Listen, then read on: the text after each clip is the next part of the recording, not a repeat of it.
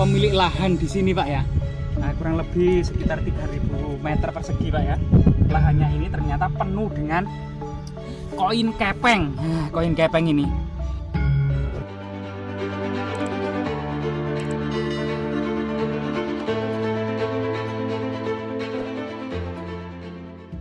Pemirsa, kali ini kita terus menelisik peradaban leluhur kita ya, terutama kebesaran kerajaan Majapahit yang mampu memayungi seluruh Nusantara. Kejayaan ini tidak hanya dalam bidang ekonomi, politik ya, dan tata negara, dalam bidang hukum, juga bagaimana kemudian keadilan dalam kitab Kutarahmanawa, termasuk kemudian kondisi religi dan berbagai macam kemudian kejayaan lainnya, termasuk falsafah ya tentang persatuan dan kesatuan.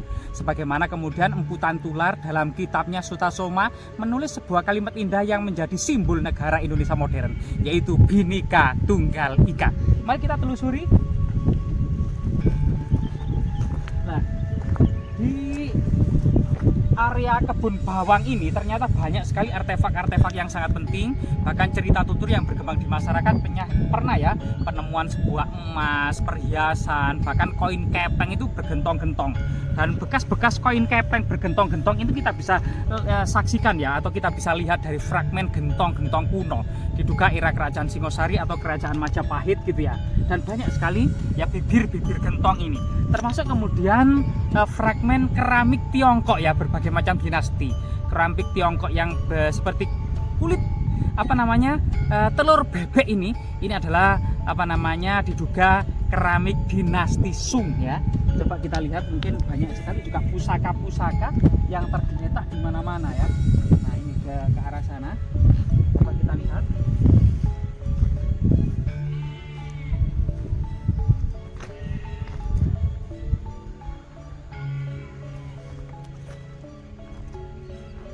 Ya, bahkan cerita tutur yang berkembang di masyarakat banyak juga kemudian balok-balok batu candi yang kemudian dipindahkan ke rumah-rumah sebagai pondasi, sebagai kemudian tangga masuk pintu, kemudian sebagai talut dan sebagainya ya.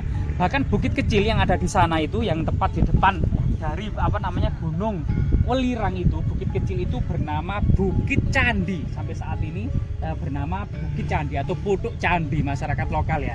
Coba kita telisik area-area sekitar sini ya, di kebun bawang. Coba kita lihat.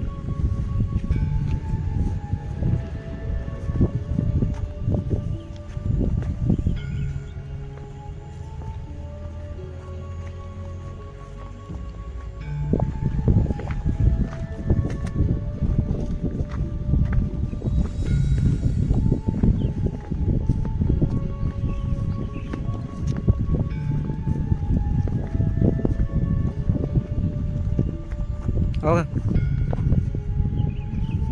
ular. Ada ular teman-teman. Kamar toh itu. Enggak, ular air. Ular air loh. Lu kabur kan? Wah, kabur ya ularnya. Kabur. Iki melungker kan? Mana? Nah, banyak ular ternyata ya. Memang situs-situs yang sangat bersejarah ini penuh dengan mistis, mistos, bahkan mungkin banyak sekali ular-ular. Tadi kemungkinan anak atau cicitnya ular naga ya. Iya. Yeah. Ini cicitnya ular naga.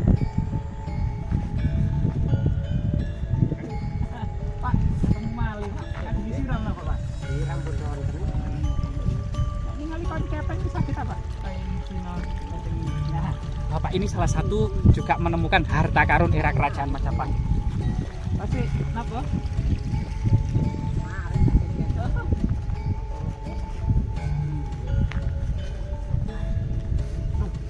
Ini ciptaan apa Pak dia? Dosa gedean ini Pak.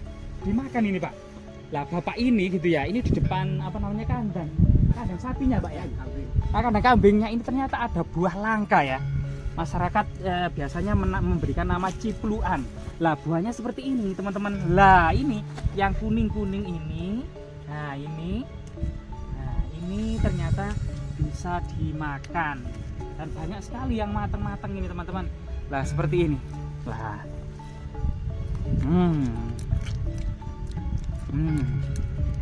Enak. Manis. Oh iya. Dan pohon cipluan ini sangat-sangat baik untuk menurunkan gula darah, kolesterol, asam urat ya, terutama penyakit jantung. Mantap kan? alam Nusantara itu luar biasa. Boleh diambil. Oh iya Pak, menurut saya Pak. Ini kali Bapak sinten iki Pak? Muhadi. Pak, Bapak Muhadi ini pemilik lahan di sini Pak ya. Nah, kurang lebih sekitar 3000 meter persegi Pak ya. Lahannya ini ternyata penuh dengan koin kepeng. Nah, koin kepeng ini. Cuman memang ini masih kotor, baru ditemukan di area ini ya. Nah, ini ada yang gandeng, biasanya yang apa namanya melekat-melekat ini itu banyak. Karena memang dari koin kepeng inilah masyarakat Jawa mengenal istilah selawe, satu tali lawe ya, dan seket satu ikat ya. Itu artinya koin kepeng ini dikasih lawe atau tali yang berjumlah 25 buah dikenal selawe, yang berjumlah 50 dikenal seket, seikat, seket ya gitu ya. Dan ini bisa kita baca, coba yang bagus ini. Nah, kita baca ya. Nah, ini bisa kita baca teman-teman. Karena apa namanya, bagian tulisan Tiongkok yang seperti manusia ini harus kita taruh di sebelah kiri ya. Jadi seperti manusia ini kita harus taruh di sebelah kiri, yang artinya itu adalah bau mata uang, bau mata uang ya, artinya bau, bahasa Tiongkok kuno bau. Yang kemudian yang bawah itu bacanya tong, artinya kaisar. Jadi yang ini adalah bacanya, nah ini Hongwu Tongbo, yaitu Kaisar Hongwu ya, pendiri dinasti Ming Tiongkok ya. Nah ini Pak, matur suwun Pak.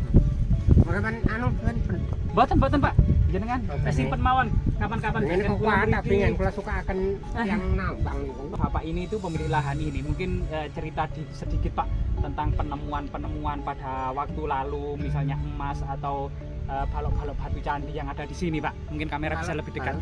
Batu candi ya di sebelah sana dulu ya. Iya, banyak sekali di situ batu-batu candi. Ya. Yang konon katanya masih terpendam itu area mana Pak ya?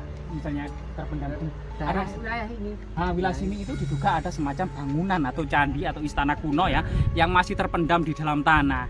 Mungkin cerita-cerita waktu masyarakat dulu ketika apa namanya menemukan apa saja waktu itu Pak kalau ceritanya. Kalau katanya orang tua saya ya banyak menemukan itu apa emas campur itu ya, ada warna-warni lah, ada berlian, berlian apa intan, permata emas, itu, ya. perak gitu Pak ya. Ya.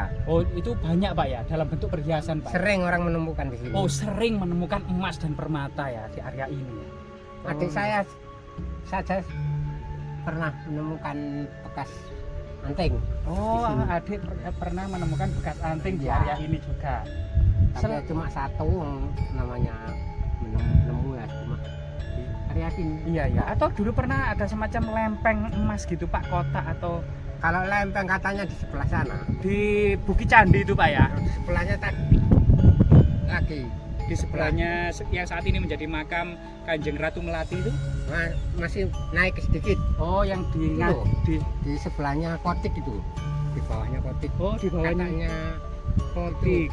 diinjak sapi dulu kan orang gembala di hutan ya. Heeh. Injak sapi lalu kelihatan gitu anu miring gitu Miring dalam diambil, bentuk tapi lempengan. nggak dibawa sama orangnya memang orang yang budi ya Biarkan dibuang saja. lagi ya dibuang Nah, lagi gitu aja orang nggak membutuhkan katanya. Oh, berarti penuh dengan lempengan emas. Jadi sapinya itu menginjak lempengan emas dan apa penggembala tersebut itu tidak menginginkan ya dibuang lagi. Dibuang lagi. Atau mungkin takut atau karena apa? Ya, Kutukan-kutukan memang kuno gitu kan. orang pengalaman lah. Oh iya. Ngerasa tidak perlu Pak ya. Ya, orang bodoh gitu, Pak. Iya, orang sederhana gitu ya. Oh iya.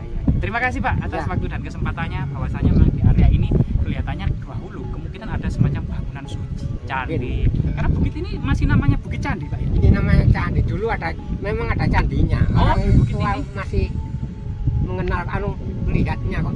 Lalu dibongkar orang desa-desa dibawa ke rumah-rumah. Belum ya candi, bener-bener candi. Iya Pak, terima kasih Pak. Kalau teman-teman mungkin mencicipi keluhan di sini ya. Boleh. Di depan kandangnya Pak Muhadi Pak ya. Iya, Di depan kandangnya Pak Muhadi ini kandang kambingnya. Ini tepat di area wisata air panas Padusan Pacet ya. Nah, coba kita keliling-keliling untuk mencari artefak-artefak penting lainnya ya. Termasuk di situ banyak sekali ternyata balok-balok batu candi dan makara-makara. Kok enak ya?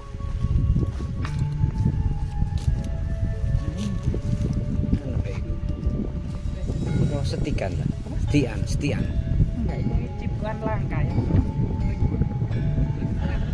Cipuan hutan. Oh, cipuan hutan ini. Oh iya ya.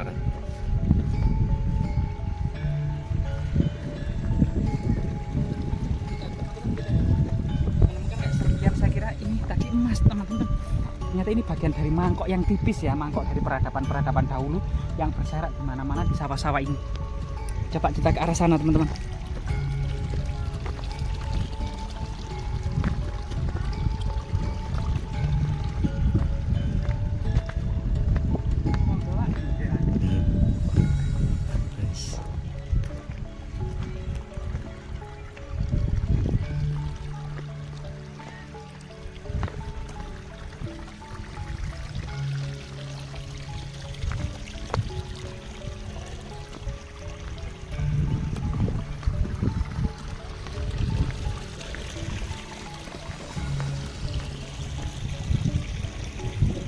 Teman-teman, rahayu ya.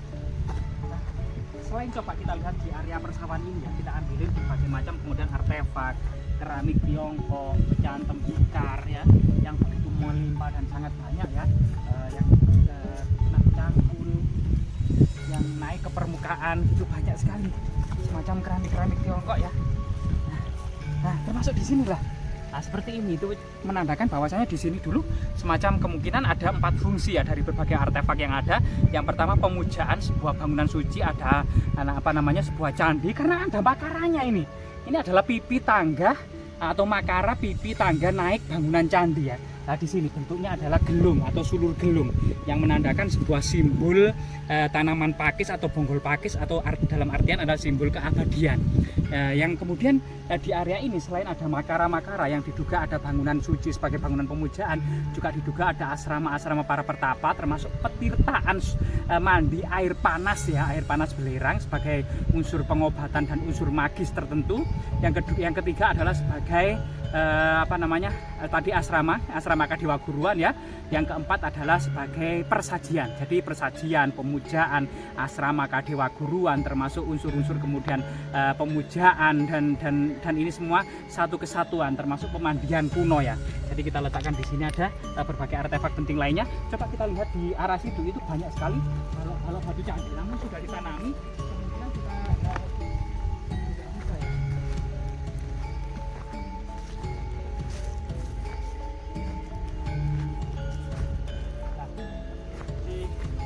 di belakang kita ini ada semacam talut dari sebuah persawahan yang saat ini ada airnya dan ditanami oleh bawang yang sehingga kemudian kita tidak bisa melihat balok-balok batu candi yang demikian banyak.